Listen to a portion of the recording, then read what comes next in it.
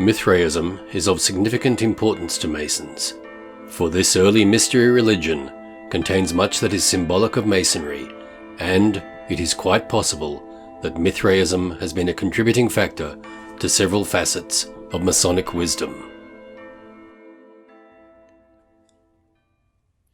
Good evening, and welcome to tonight's presentation, From the Quarries, an archive of Masonic lore.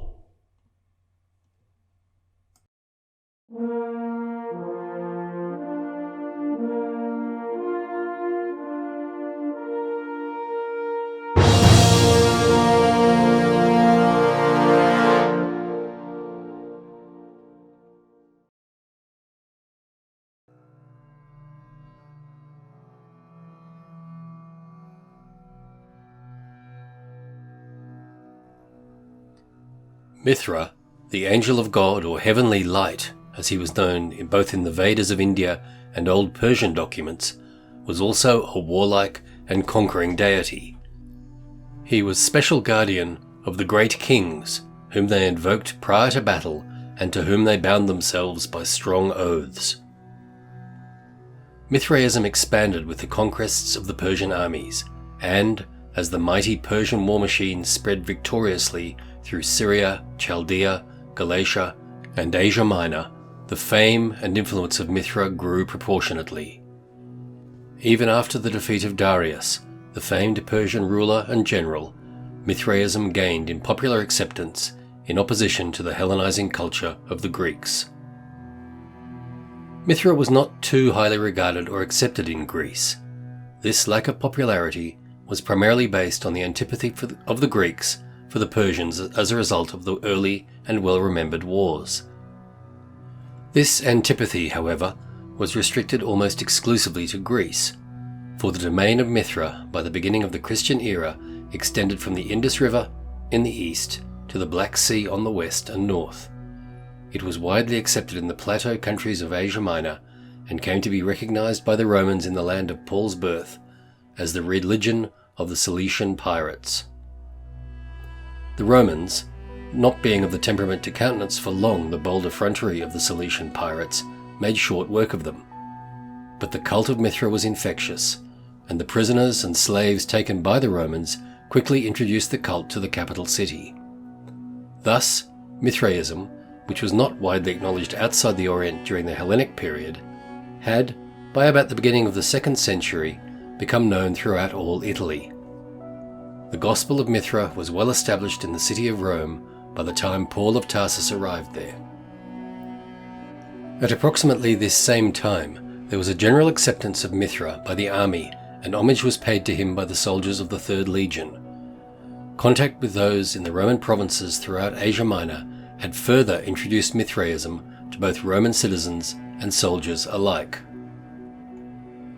It was the mysteries of Dionysus that held an attraction for women at this time, largely because the ceremonies of Mithra were restricted to men. The cult of Mithra contained a special interest for the Roman soldiers, for Mithra himself had been for centuries a god of battle, and his was a strong masculine cult appealing to reverential and superstitious soldiers.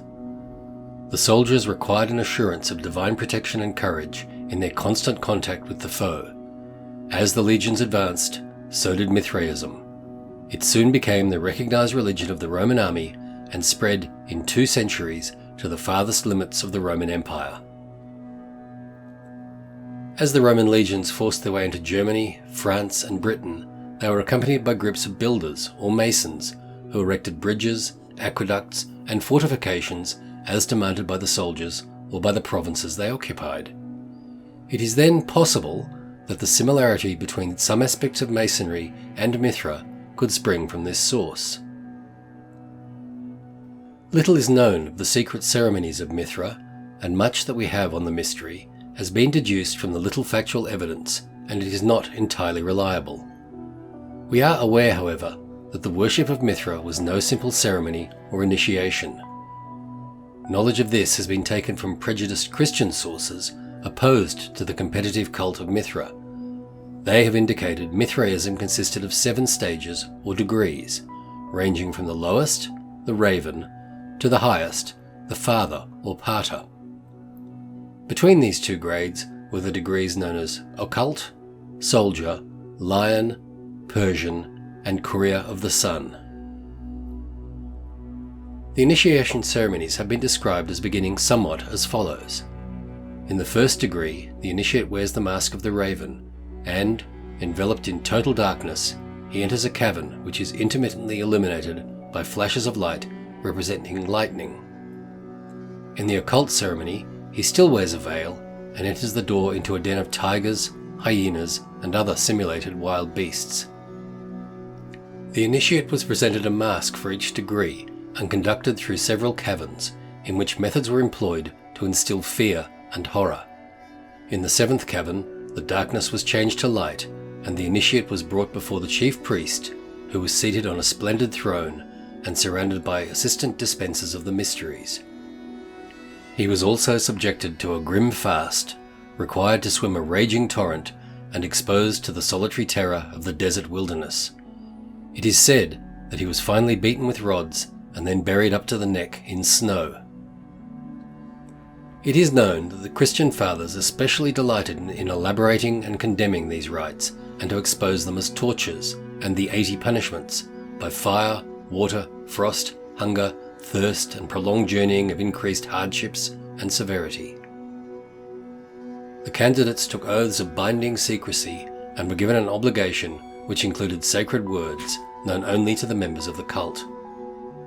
The initiate was presented with a conical cap, loose tunics on which were depicted the celestial constellations, a belt containing representations of the zodiac, a pastoral staff, and a golden serpent was placed on his bosom as a symbolic sign that he'd been regenerated and initiated as a disciple of Mithra. Outstanding among the ceremonies of Mithra was a simulated murder, apparently performed on the candidate. It is supposed that death was the logical preliminary to a renewal of life and the possible representation of a transvaluation of all values. The priests of the early regeneration ceremonies acknowledged that only the select few among the initiates could master the ultimate secrets embodied in them. Murder was an obvious start towards a regeneration. In fact, so apparent that it is said the Emperor Commodus polluted the rites by a real murder when a certain thing was to be done for the sake of inspiring terror, probably in the third or soldier grade of the initiation. Also distinctive in the Mithraic ceremonies were baptism and ablutions of various sorts. Two types were the marking of the forehead and complete immersion, and it is believed that they promised purification from guilt. The Christian fathers, quick to notice the similarity, charged the devil with plagiarism. Provision was also made in the Mithraic ritual for the nourishing of a new spiritual life. At initiation, honey was placed in the mouth of the candidate, in both the lion and the Persian grades of initiation. It was also customary to put honey in the mouths of newborn children, so, in Mithraism, the spiritually newborn were fed honey, it is said. Honey was of both mystical and practical value for the priests of Mithra. There is archaeological evidence indicating a communion including bread and wine, of which the Mithraic initiates took part. The bread consisted of tiny leaves, each distinctively marked with a cross. The participants ate the bread and then drank the wine from a cup. The Christians of the day, noticing the likeness, accused the demons of thievery. Both ceremonies, Christian and Mithraic, were believed to have been memorial services celebrating the divine, and it is known that Mithra, at the close of his redemptive career and just before his ascension to heaven, partook of a Last Supper with his companions. The conception of Mithra himself was an ethical one. His name in Sanskrit means friendship, and in the Avesta, compact. As a result of Mithra's alliance with Zarathustra, his ethical character was accentuated, and he was special guardian of truth and light, as opposed to evil or darkness. There were also certain commandments which the candidates were careful to observe to assure salvation with Mithra, or the sun, with which he was identified. Mithraism has shown that the cult offered its devotees the hope of an immortality and an assurance of victory in the struggle for life. Feeding the initiate honey and his participation in a sacramental communion both stressed outwardly the idea that initiation was a rebirth to a new life. We are aware that the priests retained the higher secrets of the mysteries for themselves, or for those chosen to receive them. It is possible that the mysteries of Mithra represented the rebirth of a new philosophy of life, long hidden among men and vitiated and obscured by them. It could be that this philosophy still awaits a time to emerge again and bring out of the earth of materialism the living philosophy of a new age dedicated to the realistic rather than to the supernatural.